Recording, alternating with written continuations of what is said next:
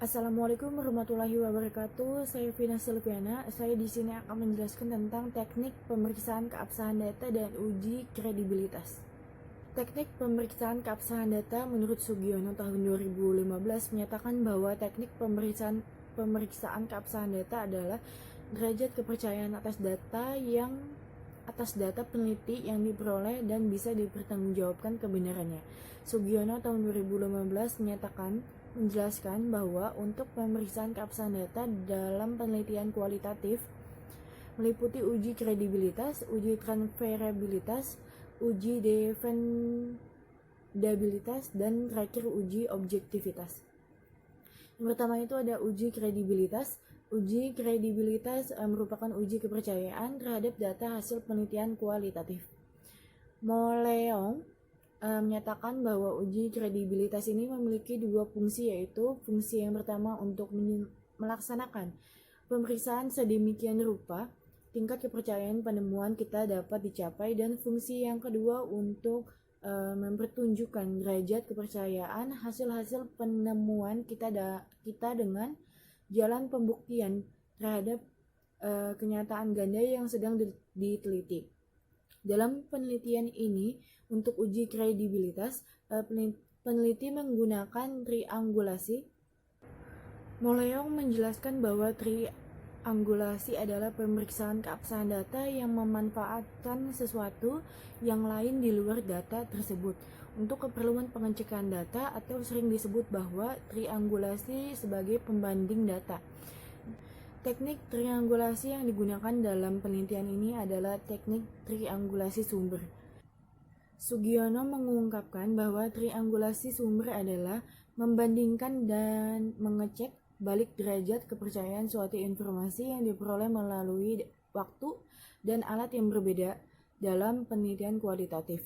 Penerapan metode ini dapat dicapai dengan cara membandingkan data hasil observasi dengan data hasil wawancara dan dokumentasi. Maksudnya membandingkan apa yang dilakukan responden dengan keterangan wawancara yang diberikannya dalam wawancara tetap konsisten dan ditunjang dengan data dokumentasi berupa foto serta data lainnya seperti jurnal ilmiah, penelitian terdahulu, dan teori-teori yang relevan dengan tujuan penelitian ini.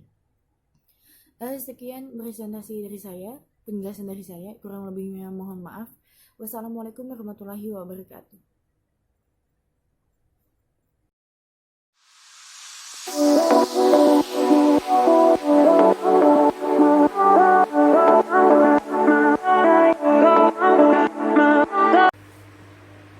Assalamualaikum warahmatullahi wabarakatuh.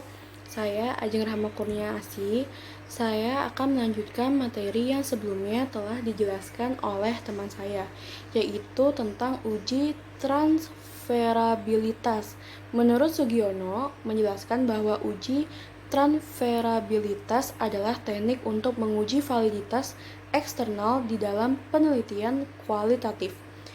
Uji ini dapat menunjukkan derajat ketepatan atau dapat diterapkannya hasil penelitian ke populasi di mana sampel itu diambil. Nah, untuk menerapkan uji transferabilitas di dalam penelitian ini, nantinya peneliti akan memberikan uraian yang rinci, jelas, dan juga secara sistematis terhadap hasil penelitian.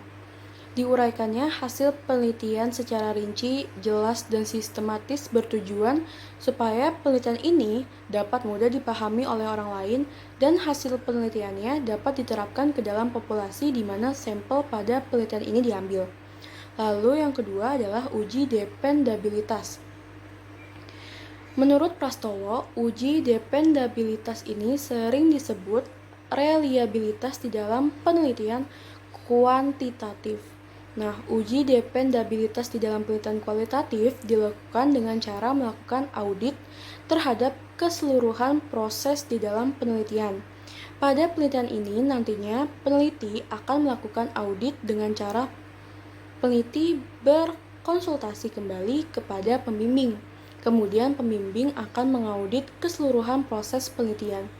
Di sini nanti peneliti akan berkonsultasi terhadap pembimbing untuk mengurangi keliruan-keliruan dalam penyajian hasil penelitian dan proses selama dilakukannya penelitian. Lalu berikutnya ada uji konfirmabilitas atau objektivitas. Menurut Prastowo mengatakan bahwa menguji konfirmabilitas berarti menguji hasil penelitian yang dihubungkan dengan proses penelitian dilakukan.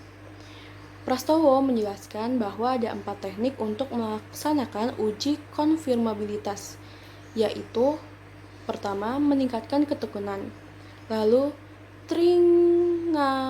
triangulasi sumber, lalu diskusi teman sejawat, yang terakhir adalah menggunakan bahan referensi. Sekian penjelasan dari saya. Berikutnya akan dijelaskan kembali oleh rekan saya yang lain. Terima kasih.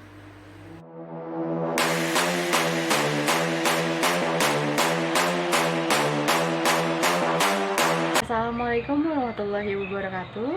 Saya Detiana Herdiana Nurrahma. Saya di sini akan melanjutkan materi yang telah dibacakan oleh rekan saya sebelumnya. Di sini saya akan menjelaskan tentang triangulasi.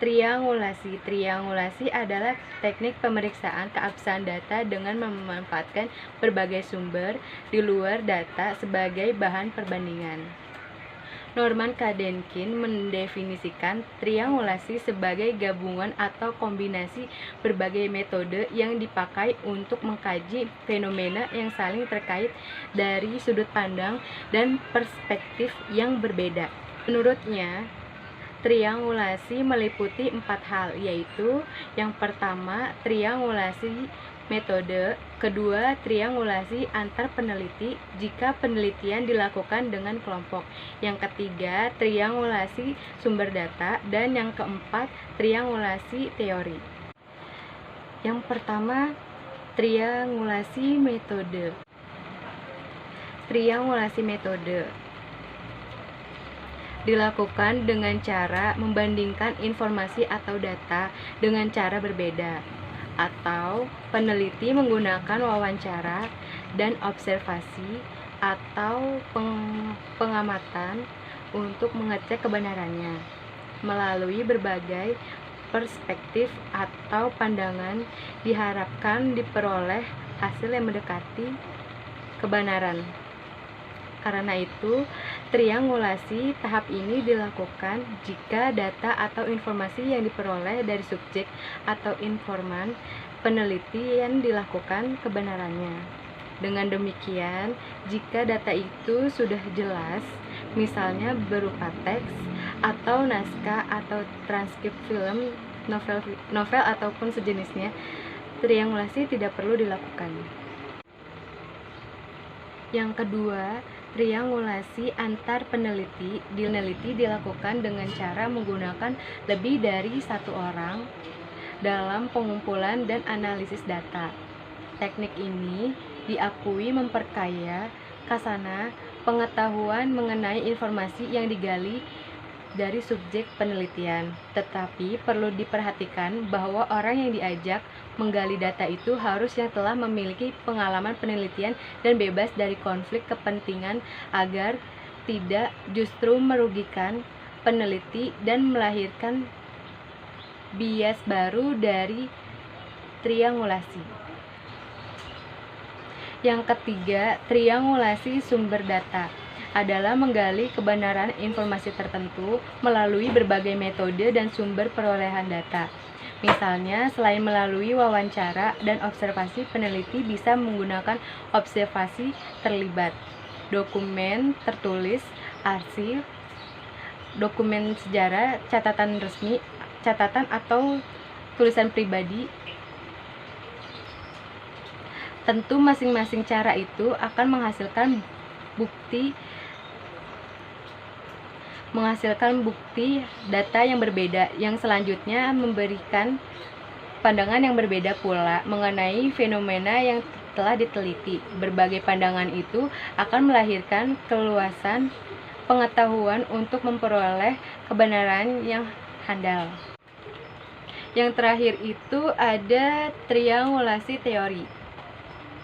Nah, hasil akhir penelitian kualitatif berupa sebuah rumusan informasi atau tesis statement.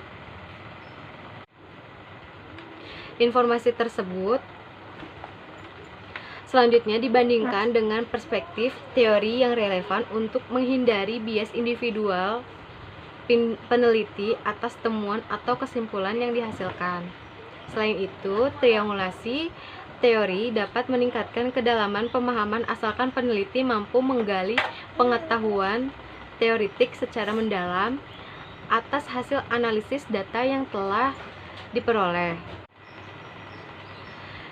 Diakui tahap ini paling sulit sebab peneliti dituntut memiliki expert judgment ketika membandingkan temuannya dengan perspektif tertentu, lebih-lebih jika perbandingannya menunjukkan hasil yang jauh berbeda. Sekian dari saya. Wassalamualaikum warahmatullahi wabarakatuh.